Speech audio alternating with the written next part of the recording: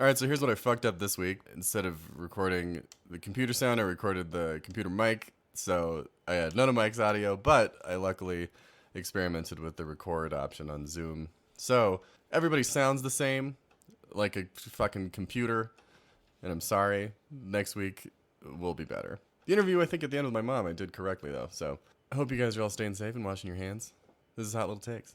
This machine kills fascists.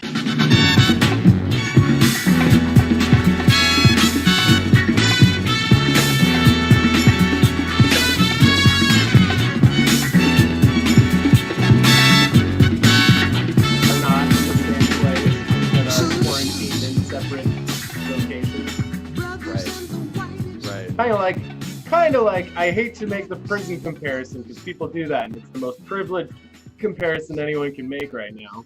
Right, of course. Shouts to Ellen. Fuck yeah, Ellen. Because we can all still vote. Maybe not by mail, but we can vote. Right. Anyway.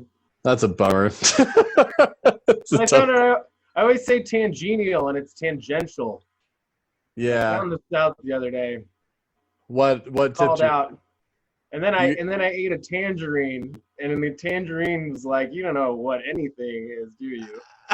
The tangerine was speaking to you? No, it wasn't even a tangerine. It was a grapefruit. It's a fucking clementine. Sorry, this is a bit tangential. I think because tangential. Did you just set me up for all that? That was good stuff. Tangential sounds a little too much like congenial to me, you know? I see. And the last thing I'm trying to be when I'm being tangential is congenial. Did you rehearse this? No, man. I just haven't spoken to anybody except for my mother in like 3 days. Yeah, part of me envies that. I'm kind of sick of talking to people at work all day long. Yeah, working sounds like it would be awful. I already don't like working, and, you know. Under the circumstances. I don't know why people want to go back to work. Yeah, no kidding. Yeah. No kidding. Sees the means. The government's going to keep paying us. Oof. Wow. This isn't how I pictured this starting. Sorry. I always feel like kind of the need to just kind of be a little chatty when we start these. Yeah, you just got to get some shit off your chest. Yeah, well, you know, sometimes we'll talk for a few minutes before you'll hit that record button on me. So I'm kind of always like in a unprepared mood. In an unprepared but on mood. Yes. Yeah, like at any minute, the audience could be listening. Right. Like the curtain's being pulled and you don't realize it. Yeah, but I'm blindfolded on stage. Maybe we should try an episode of this where we're blindfolded. I don't know what difference that would make. No, that's like describing the taste of food to blind people. Yeah, great clickhole classic. Yeah, clickhole classic. Shouts to clickhole. They really picked up where Newgrounds left off, you know? Well, where do you want to get started tonight? You want to talk about some new stuff, old stuff, some recommendations? Well, I think we should save the Rex and maybe our whole new subcategory of the show for maybe the end. Okay. But I know that we definitely wanted to talk Fetch the Boltcutters. Yeah, I know. Might be a fun place to start. I love that it's been maybe a week and a half since we recorded. Yeah, because I think it came out the night that we cut the last one, and it's pretty much like burned the entire world down. It's been exploding. Oh my god. We knew that it would, though. I said to you earlier, if anyone's ever going to make like a movie scene or something that takes place in this era, any one of those songs from that album is kind of going to be an obvious choice. Yeah, it became the immediate soundtrack to what everyone was doing. Yeah, it's the anthem of the era, you know. I don't know. There aren't very many artists, I think, who could have stepped up and done that quite the way that Fiona Apple did. Of all the people that, I don't know, we were anticipating having some huge record right now, probably wouldn't have been at the top of my list if you asked me a year ago. I also would have had a lot of other questions about what was going on. Oh, I've been looking up her, history a little this week, and I forget that she puts out an album like once a decade or once every 5 years, and they always get like a Grammy or get nominated for a Grammy, like. Well, and they're like critically, they're just like we've Yeah, talked she about. takes her time to make good shit, Yeah. which is kind of why the time she drops one, everyone like she's almost kind of left the lexicon again, and she comes back like it's always like a comeback move almost. Yeah, yeah. Don't call it a comeback. Well, yeah, because it's just gonna happen every time. She's just gonna take her time to do good work instead of trying to rush out twice as many albums and having a lot of other people. She's got other people who write for her once in a while, but she writes 95% of what she puts out there. Right. So what are you vibing on the hardest right now? I think I was listening to Fetch the Boltcutters the most because that was like the first one I heard, and that's like got such a nice hook to it. I love a good hook because I'll just play it like over and over again. Right, and I think when I knew that was the title of the record, I couldn't even quite wrap my head around the thought. But when you hear the way that she does it, you're like, oh, this is the obvious hook. She retroactively wrote the song because she knew she wanted the album to be called that, but she didn't have a song, and she needed like an extra song to slap on there, and I think that was like one of the last ones they wrote, probably. What? Yeah. That's like one of the most polished things. I mean, the whole thing is so just immaculately produced. I already said before we started rolling that I Want You to Love Me has just about like the cleanest like minute intro that I've like ever heard to start a record before. Yeah, she's mixing like the kind of, classical pianist training that she has with this like weird Tom Waits Junkyard vibe. yeah, you had a great take when we started that this is like she's like doing Lady Tom Waits kind of thing. Right. Her kind of husky prose slam poetry thing that she's doing half the time. And just all those weird like banging on a piano sounds. Right. Like you're banging on the internals of a piano, right. with a hammer. Pause for just a second, man. Now we're recording. Now we're back. I'm so sorry to everybody that I am such a complete and utter fuck up at producing a podcast. It's all right. It's fine. Nice. It's fine. It's okay. We don't need to slate again or anything. It's fine. It's fine. Where were we? We were talking Fiona Apple. Yeah. I can already foresee I have about another 10 weeks of diving into it. Yeah, that's because it's like a really good, classic like 13 song album, but a lot of them are like 5 or 6 minutes long. Yeah. Well, it really feels like an album, like a fucking real record. Yeah. Like you know what I mean? Like a full modern opera, Yeah.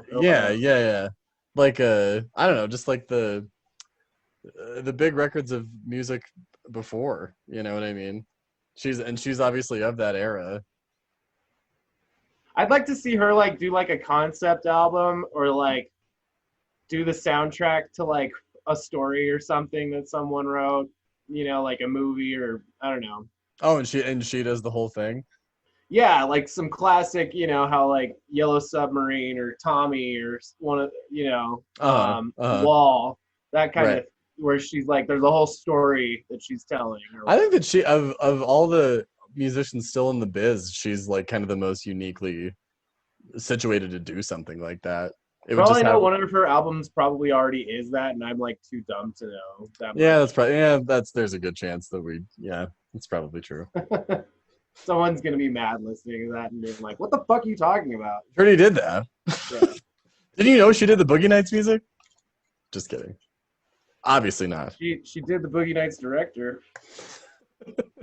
Were you telling me a story about her doing like cocaine with P.T. Anderson and Quentin Tarantino? Oh yeah, that's how I think that's in her New Yorker profile. That's like how she quit doing cocaine, was she did it with Paul Thomas Anderson and Quentin Tarantino while they were watching a movie, and she was like, fuck this, I'm done. This is not fun. These two have explicitly made it clear how much I do not need to keep doing this or something. I feel like that's a good like quitting cocaine story. Well, sure. Because plenty of people would be like grateful, would be like, oh my God, I would love to do that. And you know, she's a wise soul though, and she's like, fuck this. Yeah, absolutely. This is not a life. These guys don't have lives. At least not that night. That was back in the day. That was like Magnolia Foxy Brown era. I know she like blew up her first album when she was like 17, you know. She's got I was telling you, I think I said this maybe in the last one, there's gonna be people who are like, who's this Fiona Apple girl? Right. You know. That happened to Paul McCartney when he did that song with Kanye. Didn't that happen to Ozzy Osbourne when he did some song with like oh God, the guy with all the face tattoos? The white guy with all the face tattoos. Lil Pump. No. The kid who died. No, the one who's in all the Super Bowl commercials. The really dirty looking one. Oh, Post Malone. Yeah, I think he did some with Ozzy, and people didn't know who Ozzy was. That's hilarious. I'm sure the people who are mad that I can't name Post Malone off the. Sure, I'm not very familiar with that kid's music, but I do kind of appreciate his presence. He seems to have some self-awareness, and he's like a good. It seems like that guy's good vibes. I don't really have any reason to dislike the guy whatsoever. I just don't really know. I couldn't name a single one of his songs, you know. Yeah. Welcome to Hot Little. I'd be like, oh, I've heard that. Like, I've heard that. I didn't know that was him. I don't know why we turned into Hot Little Dad takes for like Hot Little Old Man takes. I've heard some songs. It's like just me fucking up technology and us being like, I've heard of him. I don't know. I think that's what people come to expect from us. God damn it! And then we talk about our old hogs. Our old ragged, massive hogs. All right, let's get back on track. Do you want to talk about Run? Yeah, let's talk about Run. You just watched this one. I just watched the second episode right before we. I watched it in bed this morning, and I was in on the show from the pilot, but now I'm like, for sure, I'm there. Yeah. The plot thickens. Here's a hot little take. This is the horniest show I've ever seen in my life. Yeah. I don't know if anything could ever top Fleabag or Mad Men. This is dripping with horniness. Yeah, and it's like affects everything. Yeah, it's the primary. It's like a third character. Everything they both do is like driven by their lust, like right. The whole thing is a confusion of is this a sex thing, or is this an existential crisis? Which one are we doing? And they're both doing them at different times. Yes, because there's clearly this combination of like they've had clearly amazing sex in the past, and they've clearly had like feelings for each other in the past. Yeah. One thing that I'm curious about that it slowed him down is she's got a scar on her abdomen. Yeah, and that was what a shot that was. What an insert that was. And then his reaction was really big to it, and you were like, that means something that we'll learn more about. You know, if they had like a kid or something that something went fucked him weird with, like mystery continues. Right, and that's also just to say that like we really still don't know shit about anything except that Merritt Weaver is married to Harry Crane from Mad Men. Yeah, which is something I meant to say. We didn't really point out before. It's so funny that Harry Crane is her husband. They both did things in this episode that were like violated red flags for like any good future in this thing. Like she used another guy to get him jealous, and he like fucking stalked her and her husband. And he took her credit card number. Oh, that's right. Yeah. So- They're doing shady things to each other. They're not like being this. She at least right now seems like she is being kind of pure and open with him, but Yeah, I thought she was being like maybe not pure. I was like, I thought that the hitting up the other guy was like a weird move on her behalf until she said, "You hurt my pride," and I was like, I totally respect that. Actually, like, Yeah, I love this guy. I really enjoy both of those characters so much. I think that I really thought that the guy she almost fucked was a great cameo because he. Oh my god, I agree. He was keen. He like knew that something was up, and then he like kind of made his move very fucking smoothly and like gracefully. Like, Yeah, he handled it. He was the only person handling things like an adult. Like, right. You Was know? that maybe the smoothest move at seduction you've ever seen on TV before? Actually, That was what, you know how you'll see things that are like men writing women, and it's like her nipples walk through the door or whatever. His sexy talk to her, when I listened to it, I was like, that's like a woman writing a man, because I would never be like that, like detailed and eloquent. Like I'd be like way cruder, you know. And my fat hog is hogging up the room. Yeah, and then I'm gonna rub your shoulders with my balls. Like, yeah, that's a good point. I'm glad you brought up the writing, because I find it pretty exhilarating. I think it's pretty clear that she is a theater writer, a playwright. I should. Dialogue is just on point. And dialogue is like the champion, but also just, I mean, the first 10 minutes is pretty much like that one through line breath of them in the roomette that they go into that becomes just like that comedy of errors, coitus interruptus sequence that they go through. And it ends with them having this ridiculous drinking game. Like there's a 3-act structure to this episode. Yeah. There's something that I really love about, and obviously when you see the preview for next week, they're not on the train anymore. But I really love them being on the train, because the whole thing feels very European. And I mean, obviously this is a European writer, European producer, Domhnall Gleeson's in it, obviously. Right. So it has all those vibes, but there is something so, Before Sunrise kind of thing about it that is so cool. And I love that being in America, I like seeing there should, as a frequent writer of the California Zephyr Amtrak line, I want to see more Amtrak stuff in America. I want to see more of people riding the rails here. It's a really romantic setting. And like you said, like Before Sunrise, I didn't really even think about that connection until you just said it. Like it's almost like the inverse of Before Sunrise, because they do know each other. It's got that thing like, of being on a place together. It's like Titanic. They're on a boat together, or like, if the idea of romance on an airplane wasn't really crude,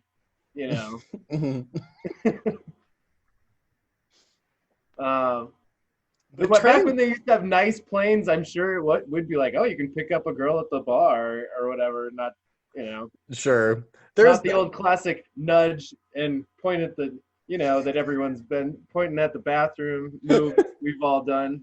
Right. Because I mean, for anyone who's taken a train, you really have freedom on a train. You can pass through all especially if you're so bougie as to have a roomette. I mean, you can go wherever the fuck you want. There's a bar, there's snacks, and you can bring your own fucking booze and no one knows. And then especially, I think here in the States, like, there aren't a ton of people on the trains. It seems like they can kind of move and sit down wherever they feel like. That doesn't seem too inaccurate, I would think. I don't know. I mean, they're on a totally different line. Like I said, I've only ever been on the California Zephyr. They're also traveling far enough that there would be plenty of people coming and going, and they're doing a longer route, So, but it seems like they're getting off in Chicago. Is that true or no? I think that was the destination for the route that they had agreed to take in the first place. Uh-huh. I don't know where they were together when their relationship originated. Like you Right. pointed out, the mystery of their past is something that they're going to keep kind of spoon feeding us, and Yeah. that's good, like theater writing too. Where you Oh, don't yeah. there's like a reverse dramatic irony where what we don't know is the suspense. Yeah, exactly. I'm in on it. So I think it's only 8 episodes. It might even be 7. I think it's actually quite short. Really, it's that short? I think so. I was looking it up earlier, and I think it might only be 7 episodes. So I'm assuming that it's going to be kind of a wild ride here towards when we get to the finish line. Yeah, because that must mean the next episode will kind of finish out our first act, I guess, and set us into wherever we're going in Chicago now. Yeah. With this story. Yeah, because the trailers from next week, I mean, it's 7 episodes, I think, is all it is. That's what it says here. I don't know where we're going.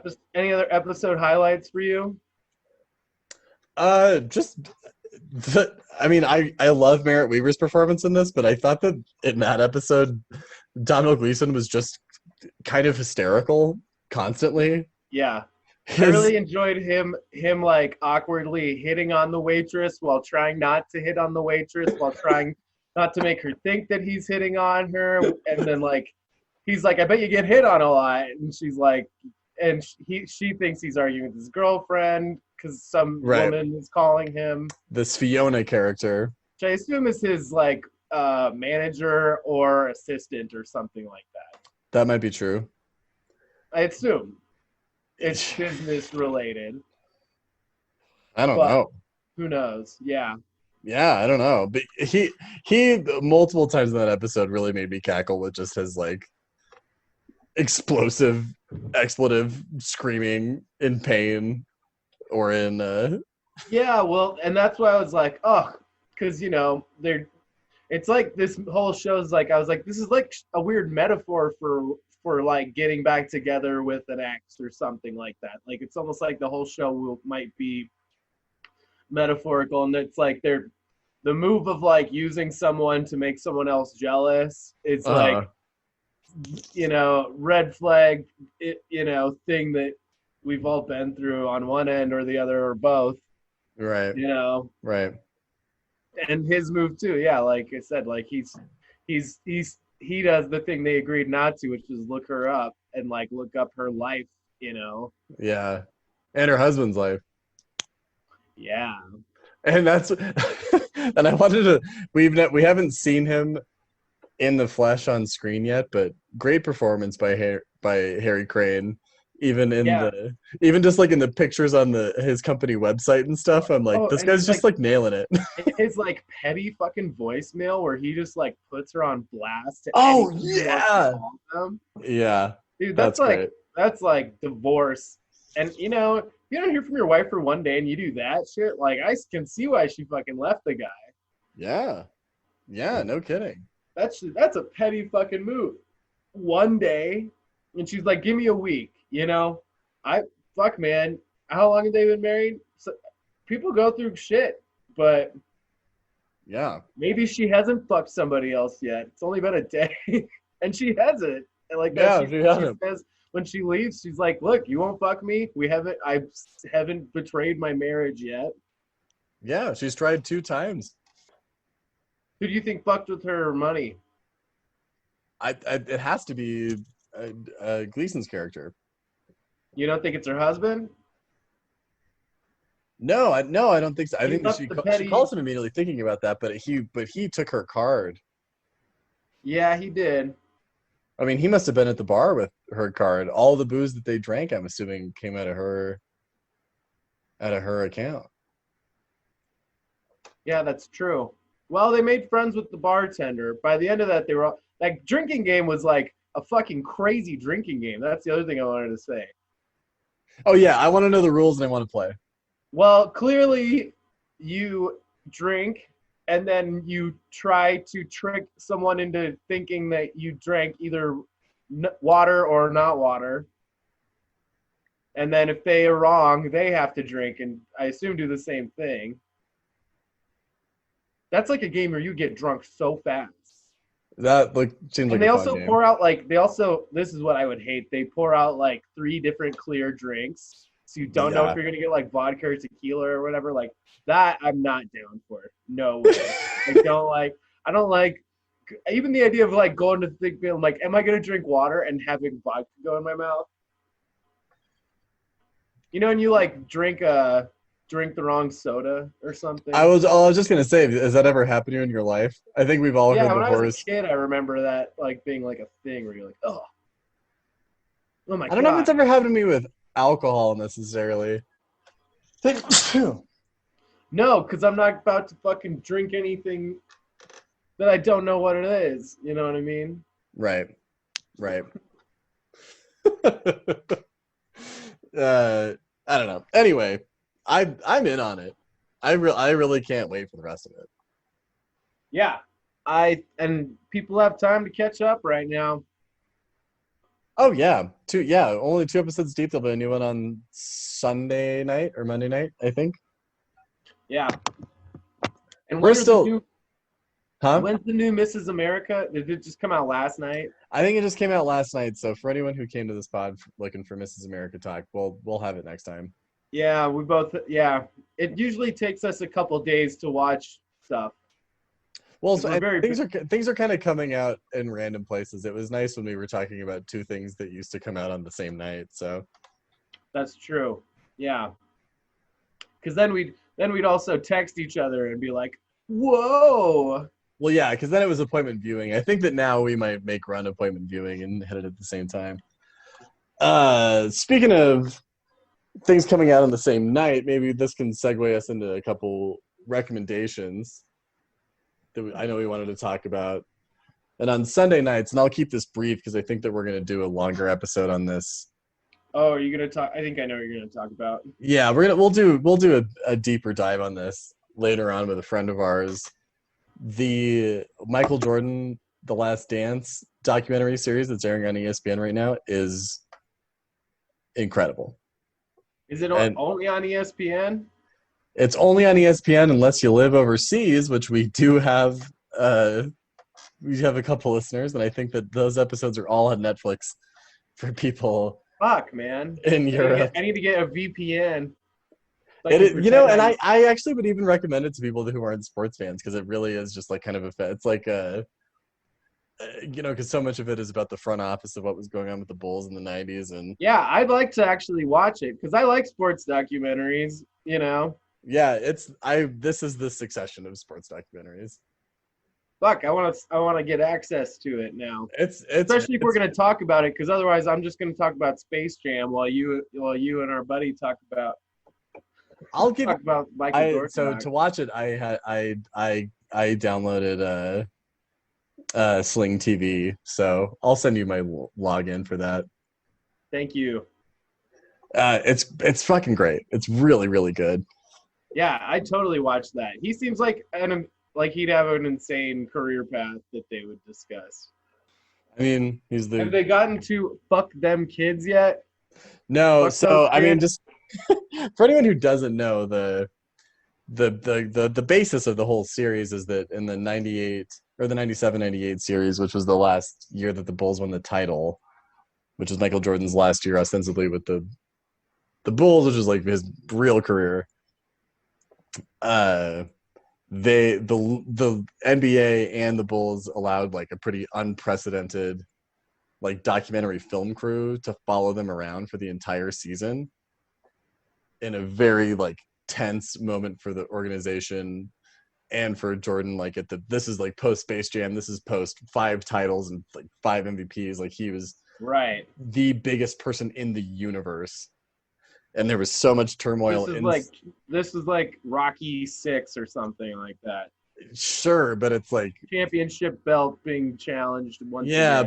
but it's I mean, but like that kind of access is crazy to like be with Jordan and Pippen and and Rodman and fucking Steve Kerr and Phil Jackson and all those people like Why did in it the take real so moment. long for this documentary to get made? They threw it in the fucking vault Why? because it I was guess that's something we can research and get into when we talk about it. sure. I mean, but even just like to put it shortly, like Jordan has his likeness like locked the fuck up. Sure, I Like bet. you, like it's so like we've talked about. I've been on that SNES emulator. If you play any of the NBA live games from the 90s or any of the NBA games from the 90s, Michael Jordan is not on the rosters of those games because his likeness contract stuff was tied up so hard that he wasn't even part of NBA Sure. rosters on games. Yeah. Yeah. Man, I wish that my likeness was worth a lot. Yeah, I wish I'd won 6 NBA titles. I Well. wish I'd won one. I wish I'd lost one. I know that you have one big recommendation I can clear the lane for. Yeah, well, yeah, I've got a couple. I told you I got a couple short ones. I did a double feature the other night and watched The Nice Guys, which Right? I'd never seen. These both just came out on HBO. The Right. Nice Guys and The Good Boys, which I would recommend both of those. One is a great detective story from like the 70s. That's With got Gosling and Russell Crowe, right? yeah, and it's got some kind of Crumley vibes. I think you'd like it a lot. Like it's Fuck two yes. detectives. They're various levels of having their shit together, various levels of sobriety, snarky, funny characters. All the detective pillars. All that. It's great shit. And The Good Boys was really funny. That's the one. That's the like Seth Rogen produced. Like Right. it's like super bad with 12-year-olds. Yeah, I thought that was- it's like Superbad meets Stand By Me or something. yeah, and it's got all the really charming like 12-year-old boy moves where they don't really know what things are. Like Right. one of the kids calls it coom. He's like, it's coom, C-U-M, coom, like Oh my shit like God. that. That you're like, as a boy, you're like, that's exactly what it was like when we were like 12 or whatever. Yeah, and you're just fronting knowledge. Yeah, and they get involved in a caper, Great. of 12-year-old proportions. All right. Yeah, so it's like a lot of movies we've seen, like that older band of guys do, that kind of Apatow crew, but with little kids, which is a funny take. Yeah, right. It's like that would make a good double feature with Booksmart. Sure. Yeah, actually, and I think both of those I'd say are like better movies than Superbad in retrospect. I think so too. When I tried to rewatch Superbad not that long ago, I was like, woof. A lot of this really does not stand up. Yeah, isn't that a lot of them being like, you're gay? Yeah. You're like, Yeah, a lot of it's tough. that's early 2000s acceptable. Yeah. But Yeah, give me your big one. yeah, the big one I wanted to recommend to everybody that I watched, and I was telling Christian to check out, is called Midnight Gospel, and it's animated. It's some Adult Swim looking animation. It popped up on my Netflix, and I was like, this looks like something I might watch later, and I eventually did, and I'm glad I did because I got really sucked into it. And it's this comedian is named, hang on, I have it written down because I forget things. Duncan something. But he's got this podcast where he like talks a lot about like psychedelia and enlightenment, and he has all these kind of gurus and like practitioners of like Western magic with a K, and like strange and interesting people having strange and interesting conversations about death and about self-reflection and about existential shit. And the guy who created Adventure Time hooked up with him and has created this show where he takes some really good samples from these interviews from this podcast, and they make it into this animated show about a guy who's going around in this simulated universe machine he has and encountering strange, surreal, psychedelic people who he's interviewing for his podcast. Right. So it'll have these like very crazy imagery over kind of like soothing, thought-provoking conversation. And it sucks you in, by the end he's like interviewing. I told you he ends up interviewing like his dying mother, and this is in real life. His mother has died, and it's the last one of the last interviews he did with her or whatever. I want to listen to the guy's podcast more, but yeah, it's called Midnight Gospel because kind of every world he goes to is like in an apocalyptic scenario, and he's interviewing people who are dealing with horrible shit, and they're having some casual conversation about, forgiveness or Sure. about I don't know, just cool philosophical shit. It kind of reminded me of Waking Life. It's another movie I Right. really That's like. when you started explaining it to me, I was like, all right, this is right in Mike's lane. This is his kind Oh, of absolutely. This is right up my fucking thing. alley. Yeah.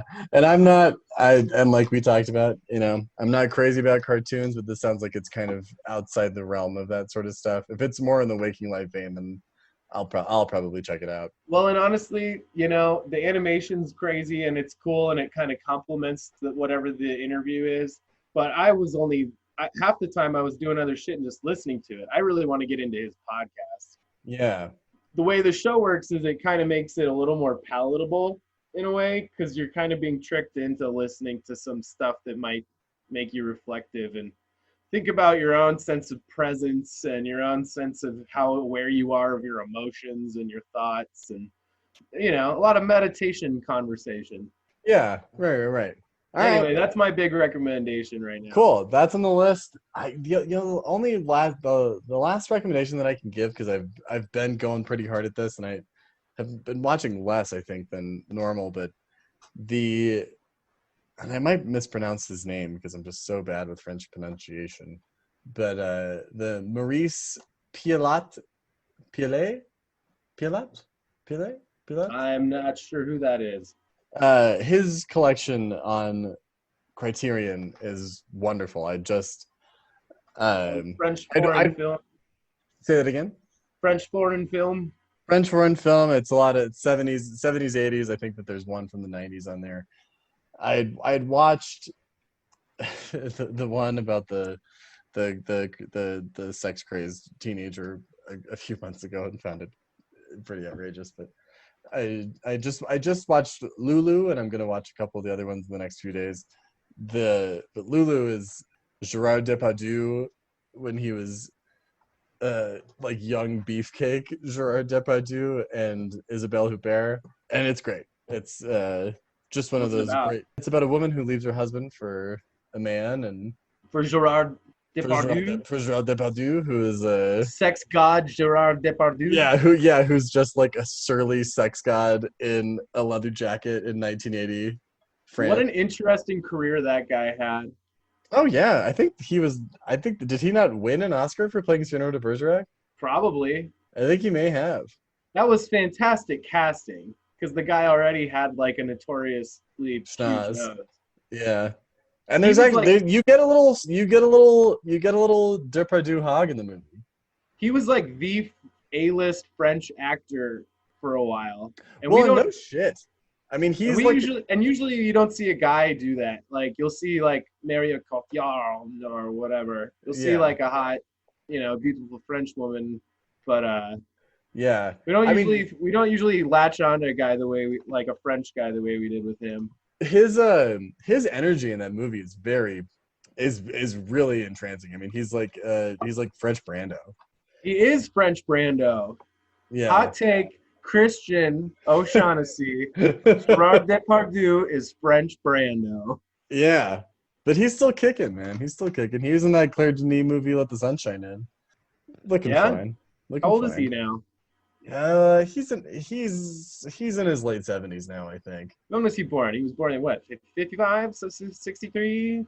I was looking this up earlier. He was 32 in 1980, so 48. I was doing the date game, Right. 66? 67? No. 46? 48. 48's the number. 56. But it's really good, and I really like the Pialat style a lot. I really appreciate it. Hell yeah. Should we let everyone take a quick little break and hear a word from our sponsors? And And then we come back.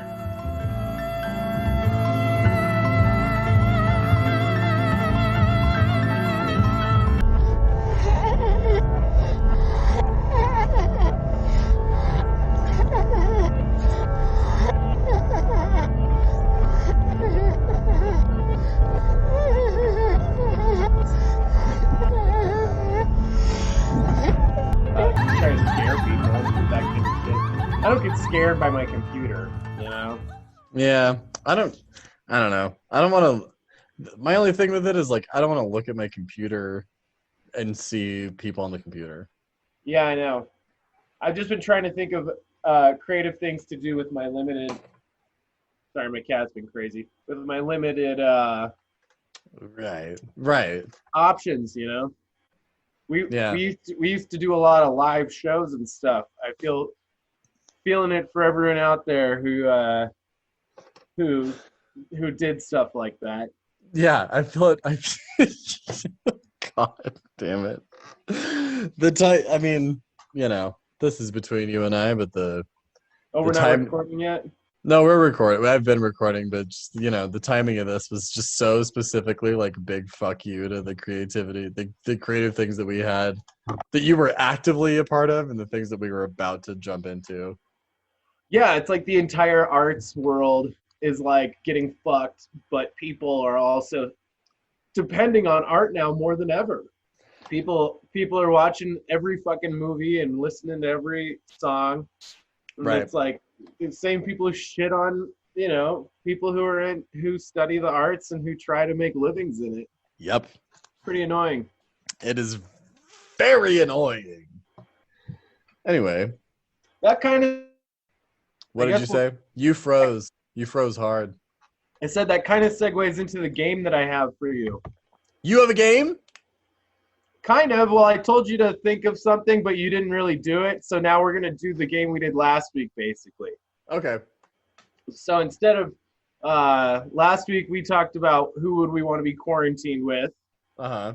This week, I came up with a list, and then I want you to kind of respond off the top of your head as I name them off.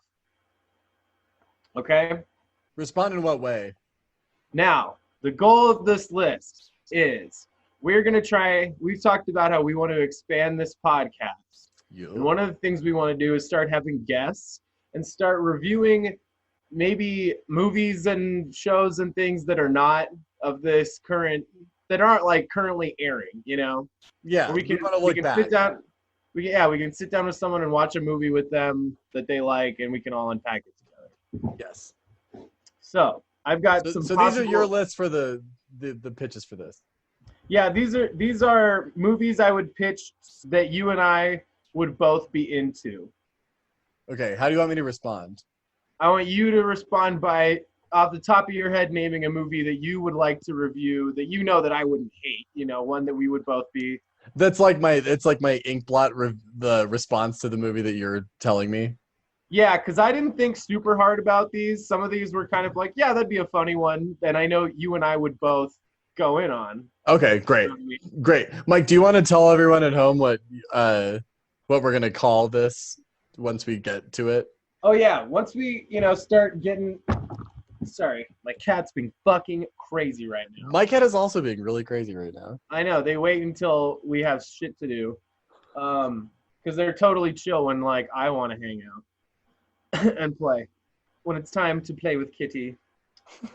Yeah, we're gonna call it Hot Little Takes Classic.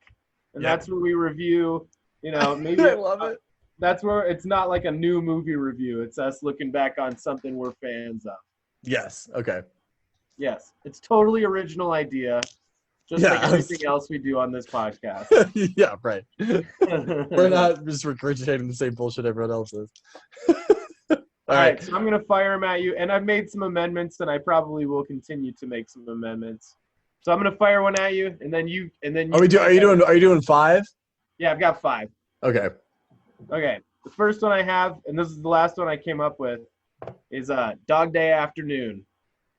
It's a classic. I know you and I are both fans of it. It's classic. Kind of a B-side from that era, which I I mean, but that's like it's peak Sidney Lumet. It's peak Al Pacino.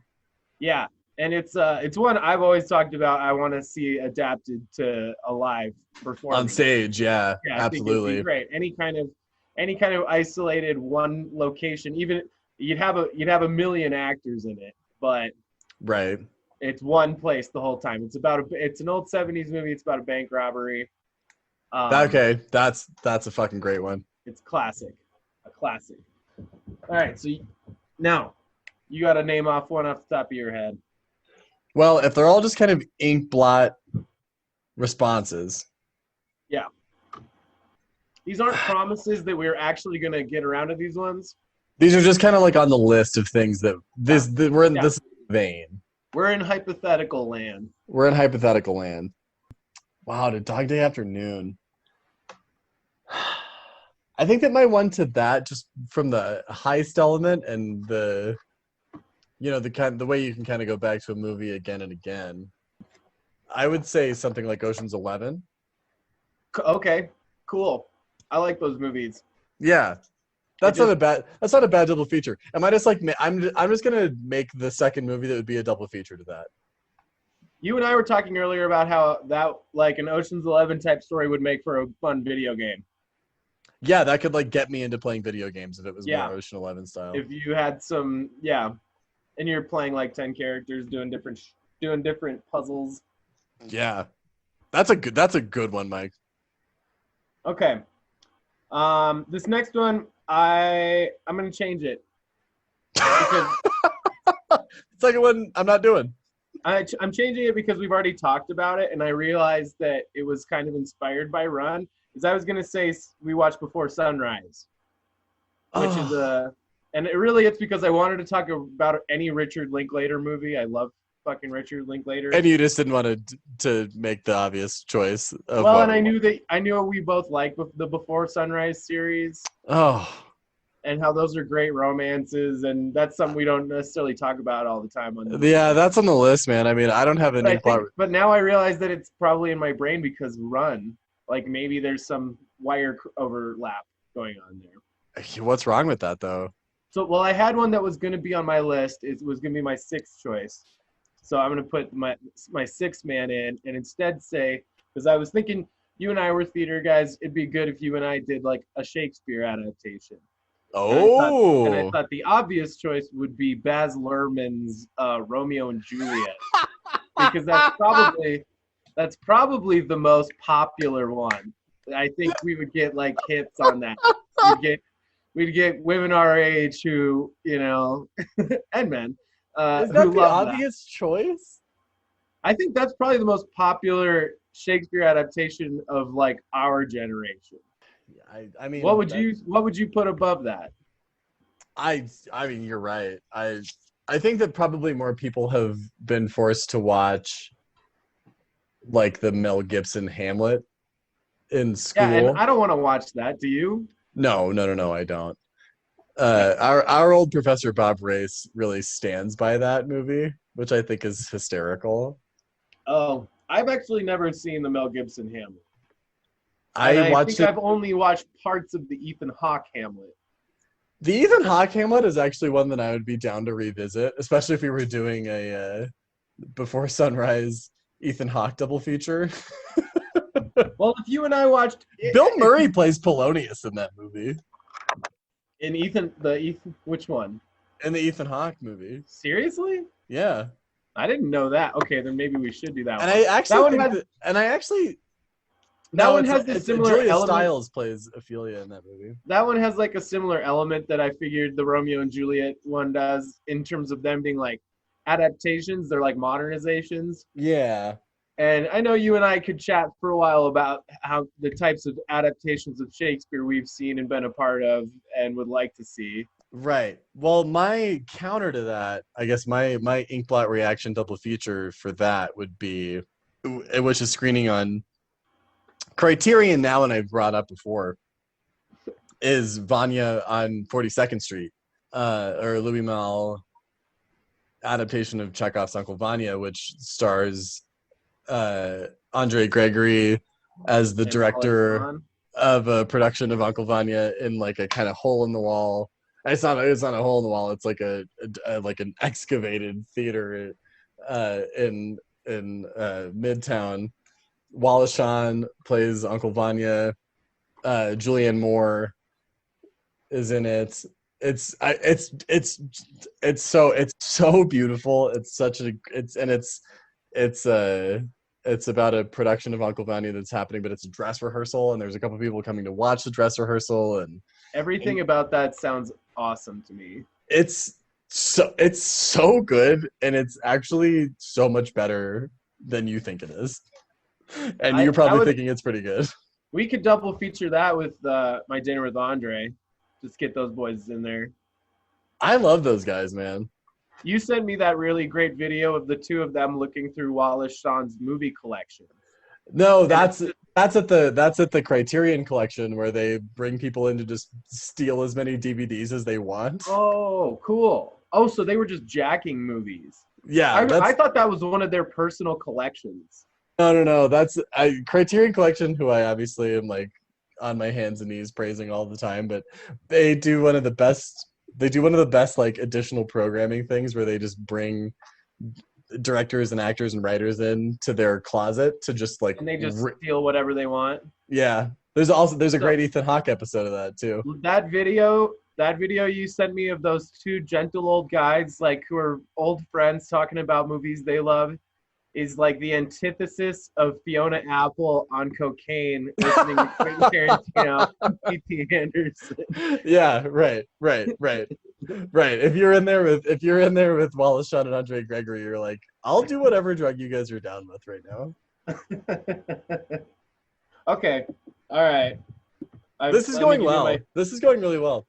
This is a good game, and I think we would do well with some of these movie reviews and getting some of our guests to, who are really into something, or if anyone wants to write in at hotlittlemailbag@aol.com and suggest something, or even if they want to be a guest, hell, if you're a listener and you want to be a guest, why not?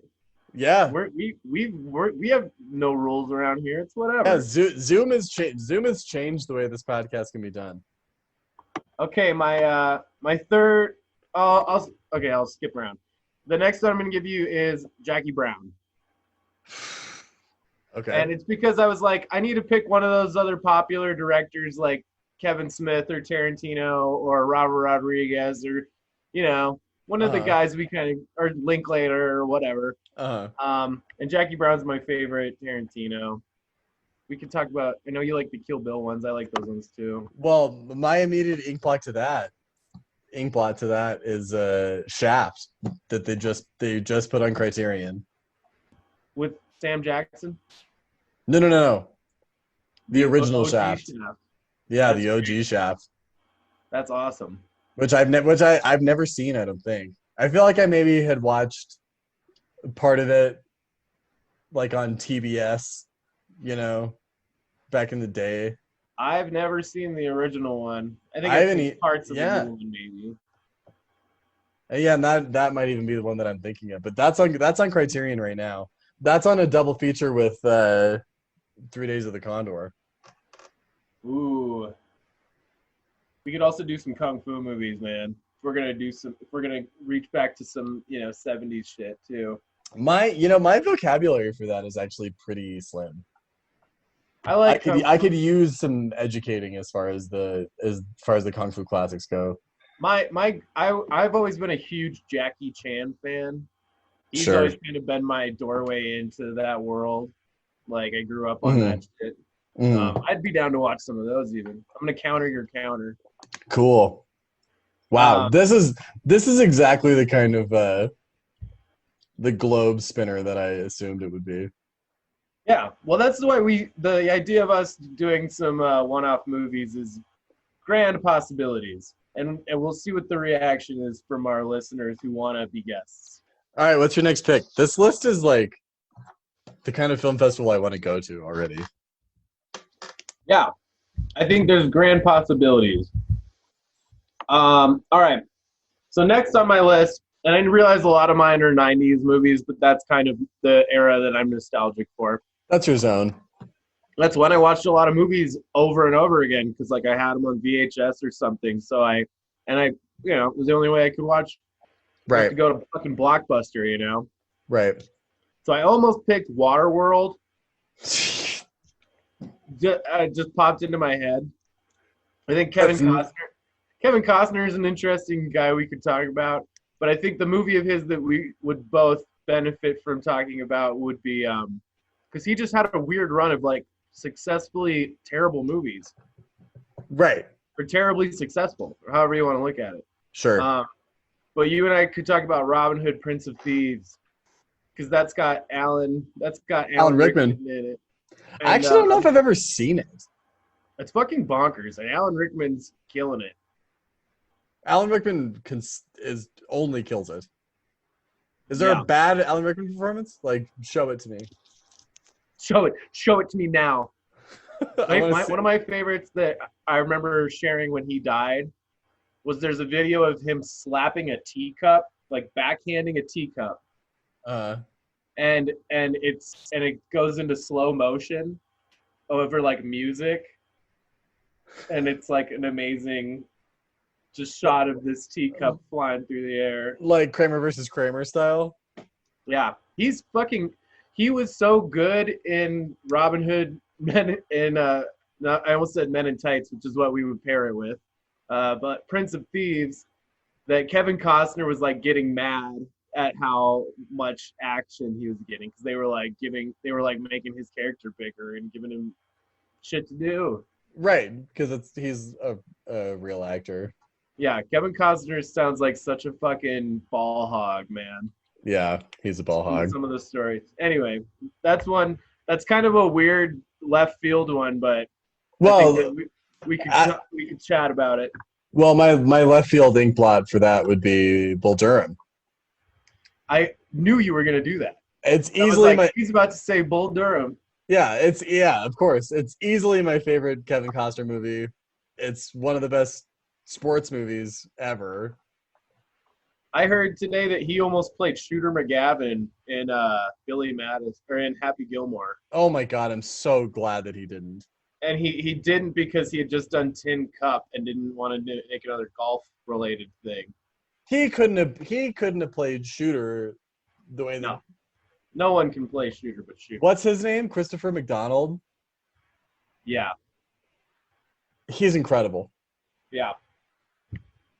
But so is Kevin Costner in his own way. Kevin Costner in his own way, yeah. I mean, he's a bizarre guy. You're right. We could do a whole episode just on Kevin Costner as a dude. Yeah, and I think if any of his movies that maybe to revolve it around, I would maybe go with Prince of Thieves.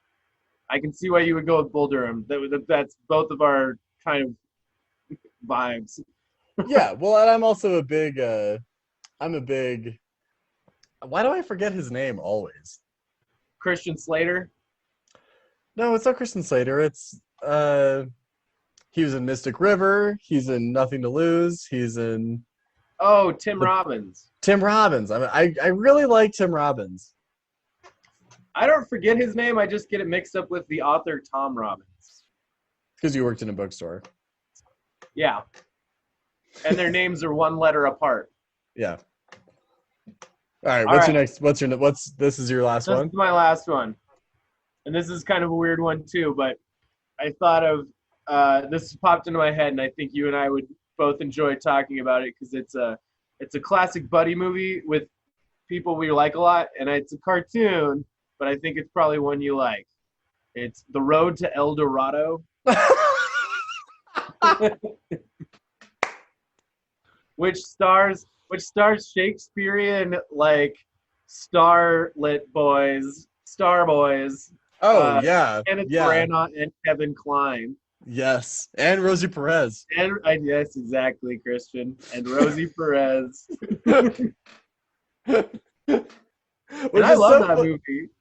You know, for some reason, when we started this list, I was like determined. I was like, I'm gonna say White Man Can't Jump at some point here. You're gonna what? I was like, I'm gonna say White Man Can't Jump at some point here. Yeah, that's as much of a buddy movie. That's like the same plot. Wow. And Rosie Perez is there. Wow. Good pick. Oh my god. Our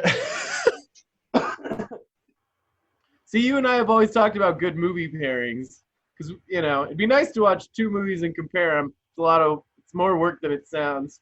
I'm so glad that I'm so glad your list went from Sidney Lumet to The Road to El Dorado. Road to El Dorado, unappreciated classic, man. I don't think that's unappreciated. I think that because there's a strong contingent for that movie. I'm sure there is, but there is for everything at this point. Because Road to El Dorado, as I remember it, having watched it, probably 5 years ago, is more of an adult-leaning cartoon, I think. Yeah, I think at the time it wasn't as successful as they wanted because I think they planned to make like several movies with those guys, like Bob Hope and Bing Crosby style, like The Road to Santa Fe, and it'd be like the cowboy version, or whatever. Like Shanghai Noon, Shanghai Nights vibe. I think that they should just make that movie live action with those actors now. Yeah, I know. Even at the time, I was like, "This is fucking great!" Like it's built around there's Shakespearean guys like improvising, about sword fighting and. And they're fucking hilarious in it. They're so funny. One of my favorite lines when they sword fight is he's like, "I hope your sword is as sharp as your wit," and he says something like, "It shall be loquacious to a fault." And I think that just means it talks a lot. Like it's just like you talk too much or something. Like you're just gonna saw the air as Hamilton. I don't know. It's just fucking funny, man. That shit cracks me up. I think that. We talked about doing a whole episode about Kevin Costner. A whole episode about Kevin Kline. Yeah, I almost put A Fish Called Wanda. I almost put a lot of things we've talked about in the past. Right. I almost put Waterboy or Basketball, stuff like that. Yeah, the Waterboy Basketball double feature is an obvious one. What we have to do is start nailing down some guests and just, some of these movies are going to be a little costlier than others to track down for us. Some of these we'll have to rent, yeah. Yeah, and since we can't get in the same fucking room, we're gonna all have to rent them individually, which I know works for a lot of other podcasters, but we're kind of on a shoestring budget. $14 a month, baby. Yeah, baby. God, can we go back or anything yet? Can we go back to Kevin Kline for a second? When was the last time he was in a movie? I don't know. Are you on your computer right now? I guess I'm on. We're both. We're literally both on our computers right now. So he was in the Beauty and the Beast. He was in the Beauty and the Beast movie in 2017. Oh yeah, he played her dad. He played what's her name? Hermione. Right. He was in a movie in 2016 called Dean, which I've not heard of. But he was set to be in a movie in this year called The Diary, which is an upcoming Chinese period drama film produced and directed by Jackie Chan. Okay. Yeah, he's like in a different. Now he's starting to play older guys. That's like what he did in that Beauty and the Beast movie. I don't have a lot of hope for that. It says on July 19th, 2018, it was confirmed that filming had wrapped. He's supposed to be in a movie called The Starling. Is an upcoming American comedy drama film. It stars Melissa McCarthy, Chris O'Dowd, Timothy Oliphant, Daveed Diggs, and Kevin Kline. He's the last person listed. Kevin Kline's not a guy people are just going to forget about. No. And he's also apparently... He'll work whenever he wants. He's apparently also filmed a movie called The Good House, starring Sigourney Weaver, Beverly D'Angelo. Beverly D'Angelo. Hubba hubba.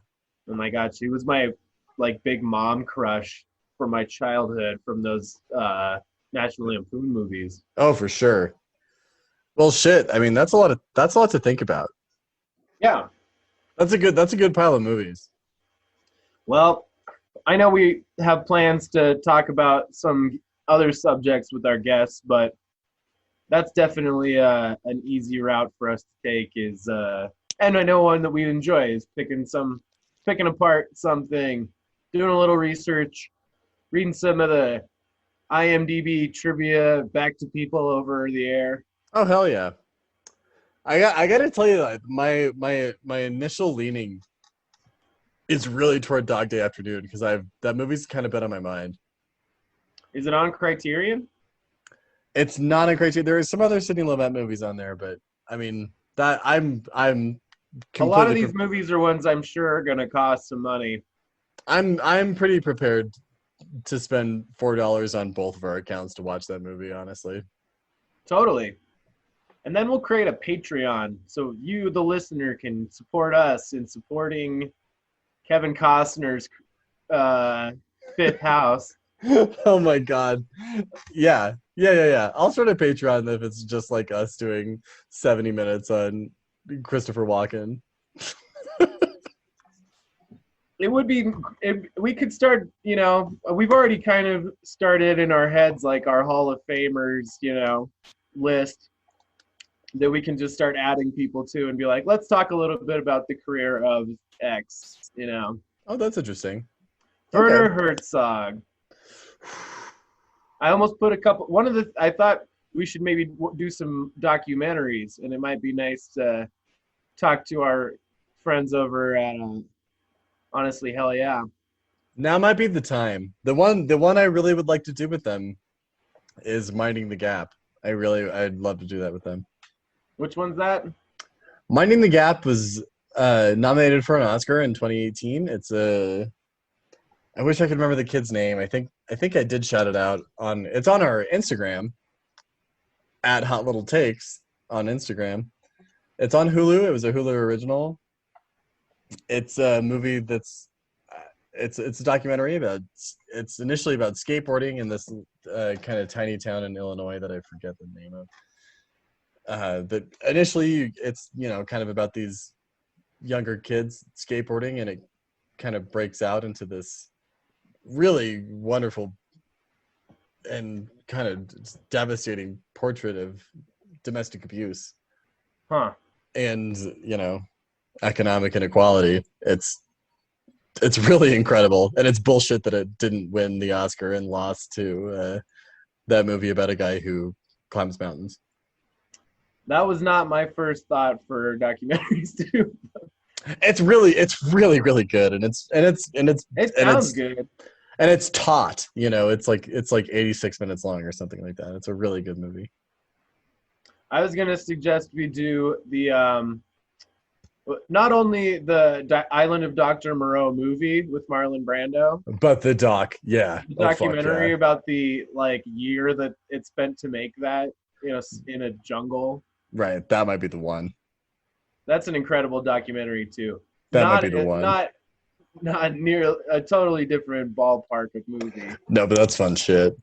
That's my ink blot though. All right. Well, that's a lot to think about. Yeah. Well, do you want to sign it off and you can set up the second half of this puppy? Yeah. We can wrap it up right here, and we will be back next week. But now we're gonna toss it over to an interview that I did a couple days ago with my mother about Top Chef, the new season of Top Chef, and looking back on some of our favorite seasons and our favorite contestants.